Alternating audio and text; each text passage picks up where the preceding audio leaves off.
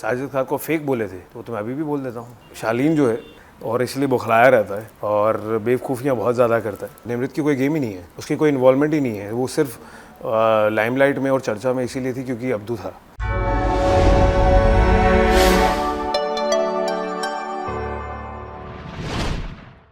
देखिए मैं जब गया था तो यही सोच कर गया था कि मैं अपना छाती छोड़ी करके सच्चाई से जाना चाहता हूँ, स्माइल करते हुए, और वापस भी आऊँ तो ऐसे ही आऊँ और वही करते हुए आया हूँ। तो आई एम हैप्पी। और अगर आप कह रहे हैं कि छाप छूटी है इतने छोटे स्टिंट में तो खुशी होती है ये सुनकर। और सब इतने ज़्यादा इनक्रेज कर रहे हैं मेरे बिग बॉस घर के स्टे को, और आई एम वेरी हैप्पी। जो रिस्पांस मिल रहा है, जो प्यार मिल रहा है, जो सपोर्ट मिल रहा है सबका, आई एम एक्सट्रीमली थैंकफुल। जी, मैं खुद से भी एक्सपेक्ट कर रहा था कि अभी तो बहुत कुछ बाकी था, बहुत एंटरटेनमेंट, बहुत ड्रामा, बहुतों के नकाब उतरने बाकी थे। और बट अगर आप सब ये प्यार बरकरार रखेंगे तो क्या पता वापस भी चला जाऊँ। You never know. ये गेम जो है वो उसका फॉर्मेट ही ऐसा है कि इतनी अनप्रडिक्टेबल है।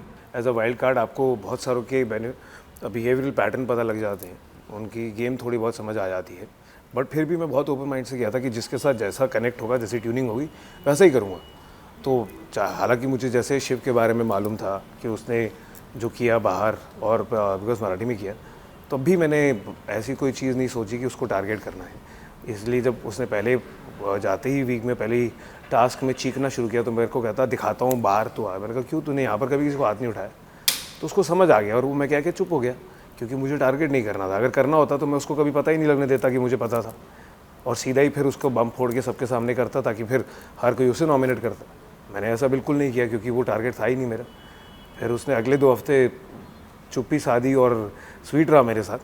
पर जैसे ही 3rd वीक में दोबारा से उसने ये गंदी गेम शुरू करी कि हम वॉशरूम के बाहर थे और मैं अंदर था और वो बाहर वेट कर रहा था, उसने जान के क्यों का मुद्दा बना के और ऐसा कहा कि अच्छा जो बात मैंने कही भी नहीं उसको कहा अच्छा हाँ ठीक है मुझे पता लग गया, अरे सब ने देख लिया, रहने दो। और फिर वो अगर आप देखें तो वो आपसे बात नहीं करता है, वो जान के कैमरे में फीड करता है ऑडियंस को जैसे बता रहा है, और अपने झूठ को मास्क करके सच बताना चाह रहा है एक भोली शक्ल से। तो फिर दोबारा से जब उसने ये चीज़ अर्चना के सामने भी की कि हाँ अरे तू तो बहन है मेरी, जब शिव साजिद जी उसको उसके साथ कनेक्ट कर रहे थे, तो मुझे लगा यार तू कितना झूठा इंसान है यार। और तब भी मैंने ये नहीं कहा अर्चना को कि देख ये सच्चाई है। मुझे ये नहीं था कि मैंने ना ही पास के बारे में मैं ज़्यादा डिटेल्स में गया। मुझे लगा कि अगर एक इंसान कहता है कि उसके लिए ये बिग बॉस का जो मंच है वो इतना ज़्यादा मायने रखता है और ऑलमोस्ट पूजा है उसने, ये उसको शिद्दत से मांगा है, तो उसके साथ तो ऐसा एक्सपीरियंस हुआ है जब उसने काटा और उसको एविक्ट हो रहा था तो किसी ने उस पर तरस खा के या अपनी अच्छे दिल की वजह से, अपनी सच्चाई की वजह से उसको एविक्ट होने से बचा लिया। पर इसने तो सिर्फ ऐसा नहीं हुआ कि उसके साथ वो इंस्टेंस हुआ, उसने उसको बाकायदा प्लॉट किया उस इंस्टेंस को अर्चना के अगेंस्ट, जैसे सलमान सर ने भी कहा था। और वो प्लॉट करने के बाद जब वो उस मुद्दे पे पहुंचा और जैसे ऐसे करके कर और फिर जब आया टाइम उसका डिसीजन लेने का, तो उसने फिर भोली शक्ल से बोला नहीं सर कर दीजिए, नहीं तो ये बाकी सब भी गलत करेंगे। अरे तुम इससे भी ज़्यादा गलत करते आए हो, तुम्हारे साथ ऐसा हुआ है, तो इतनी इंसानियत तो रखो कि उसके लिए भी क्या मायने रख सकती है गेम है, हर कोई वहाँ जीतने आया है, तो कितनी इंपॉर्टेंट है। तो आप उसे ऐसा करना चाह रहे हो, हाँ अगर जस्टिफाइड रीज़न हो, तुमने जो किया उससे बुरा हो तो ज़रूर करो, बट तुमने जो किया वो उसके आगे कुछ है ही नहीं और तुम्हें किसी ने माफ़ कर दिया और तुम ऐसे दिखा रहे हो।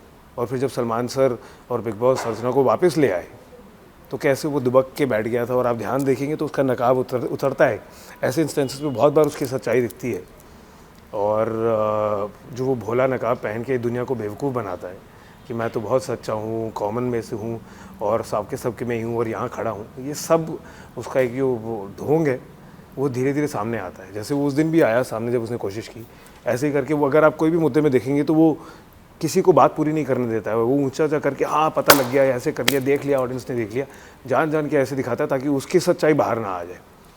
तो इसीलिए मैंने कहा, और मैंने ये भी कहा को देख ये बात मुझे लगता है आपका अपना दिमाग है, आपको जैसे डील करना है उससे कीजिए, नहीं भी करना है तो आप अपने जहन में रखिए, उसको ऑब्जर्व कीजिए, और जो उनको सही लगा उन्होंने किया। अगर मुझे उसको टारगेट करना होता तो मैं तो बेवकूफ़ होता कि उसको पता भी लगने देता कि मुझे ये पता है। देखिए फेयर अनफेयर का ना एविक्शन के लिए तो सही नहीं है, बट मुझे था कि हाँ ज़रूर वो क्लियर टारगेट था। और मेरे अगर इस घर में कोई दोस्त बना है जिससे मैं बाहर भी दोस्ती बरकरार रखना चाहूँगा तो वो अंकित है, क्योंकि मुझे सही में जन्मा थोड़ा सुलझा हुआ लड़का लगता है, अच्छा लड़का लगता है, और हमने उतने ही 2 हफ्तों में काफ़ी टाइम स्पेंड किया है, बातें अच्छी भली करी है, एक दूसरे को जाना है। तो और इनफैक्ट 2 हफ्तों के बाद भी वो जब जा रहा था तो मुझे कहता कि यार प्रियंका का ध्यान रखियो। जो तो 12 हफ्ते से सबके साथ था उनको नहीं कहा और मुझे कहा, तो कहीं ना कहीं वो सच्चाई हमारी एक दूसरे से कनेक्ट हुई, इसीलिए उसने मुझे कहा। और मैं बहुत खुश हूँगा अगर वो साथ में होंगे तो। और वो बाहर है, अगर उसने ये देखा और मुझे कुछ भी उल्टा कहा या गाली दी तो आप सब रिस्पॉन्सिबल हैं, मैं नहीं हूँ। तो but he is a very good guy. और सेम लाइक फॉर प्रियंका, वो अच्छाई वहाँ पर भी एक्सटेंड होती है, उसका अपनी समझ है, अपना तरीका है खेलने का। बट आई थिंक वो दोनों अच्छे बंदे हैं, अच्छे लोग हैं, मुझे अच्छे लगते हैं। देखिए मुझे नहीं लगता कि मेरा गेम बिल्कुल भी कमज़ोर पड़ा, क्योंकि वो कुछ भी प्री प्लान नहीं था। आप जब वहाँ घर में होते हैं, आप सोचिए कि अगर आप प्लान करके जाएँ, जैसा कि मैंने पहले कहा, तो वो मुझे नहीं लगता कि काम करेगा। और वहाँ जो लोग जैसे थे, इसीलिए मैंने जब शिव के साथ पहली बार हुआ तो मैं कह के बिल्कुल रुक गया। और अगले 2 हफ्ते तक वो बहुत सहमा सा था मेरे साथ, उसने कुछ पंगे नहीं किए तो मैंने भी नहीं बोला। जब उसने किए तो फिर मैंने कहा कि तेरी सच्चाई भाई सामने लाओ।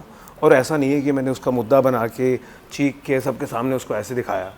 मैंने बहुत ही रिस्पेक्टफुल तरीके से, बिना उसको इंसल्ट किए या डिसरिस्पेक्टफुली कहे, कुछ अपना पॉइंट शेयर किया अर्चना के साथ। बाकी उसके पास था कि वो जो कैसा लगे, जो मुझे लगा। तो मुझे नहीं लगता कि कोई भी प्लान है वो कर सकता है। इनफैक्ट मैं बाहर आया हूँ और सबने कहा है कि इतनी टाइम में आपने इतनी सच्चाई से जो खेला है, चाहे वो कोई भी मुद्दा था या गुस्सा था या प्यार था या दोस्ती थी या नोक-झोंक थी या टांग खींचना था, उसमें बहुत सच्चाई थी। और वो सच्चाई मैं यही चाहता था कि सब तक पहुँचे, और वो पहुँच पाई है, तो मेरे इटसेल्फ ही वो एक बहुत बड़ा अचीवमेंट है मेरे लिए। So I am very happy how everyone is, I am very happy and I am also pleasantly surprise कि इतने ही कम टाइम में अगर लोगों तक वो सच्चाई पहुँच पाई है और वो इतना प्यार मुझे दे रहे हैं, तो I am extremely grateful, really. देखिए मुझे लगता है कि शालीन जो है उसके अंदर सच्चाई, और सच्चाई तो नहीं, उसके अंदर कुछ अच्छाई है जो कहीं कोने पे है, बट वो अच्छाई बाहर नहीं आ पाती है। बहुत ही छोटे छोटे इंस्टेंसेस में बाहर आती है, और उसके ऊपर इतने सारे नकाब उसने डाले हुए हैं जो ऑल्टरनेट रियलिटीज़ की हैं। वो खुद ही कंफ्यूज हो जाता है कि किस टाइम पे कौन सा मास्क उतरा हुआ है और कौन सा काम कर रहा है, और इसलिए बौखलाया रहता है और बेवकूफ़ियाँ बहुत ज़्यादा करता है।